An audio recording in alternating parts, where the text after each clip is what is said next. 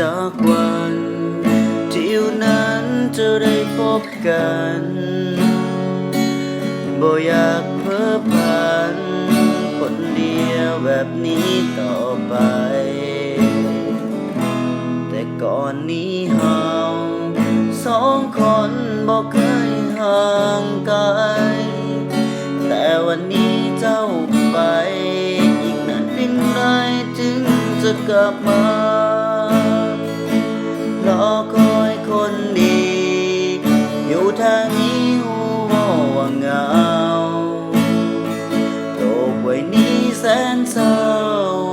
ยามที่เจ้านั้นห่างไกลอยากจะไปหาไปนั่งสบตาฟังเสียงไกลๆเหตุได้แต่ส่งหักไปฝากหัวใจไปกับเรือนจำต้องอีกจากคืนที่ต้องฝันละเมอหาเจ้าใจตรงนี้แสนเหงายามที่เจ้าอยู่ห่างไกลกันขับมาเสียทีมาอยู่บ้านนี้มาอยู่ข้างกัน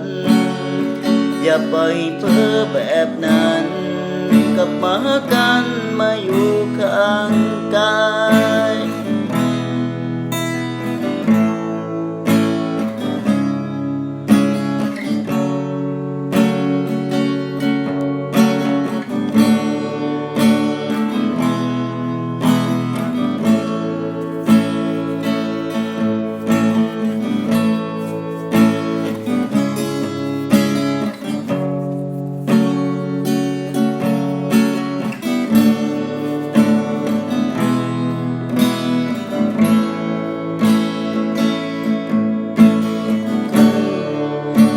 ทางนี้หูบ่ว่าเหงา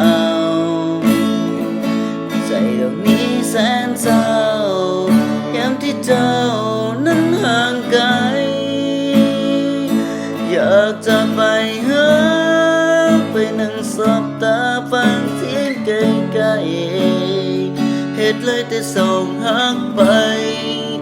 ฝากหัวใจไปกับเดือนจาน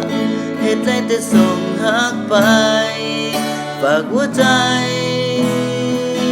ไปกับเรือนจำ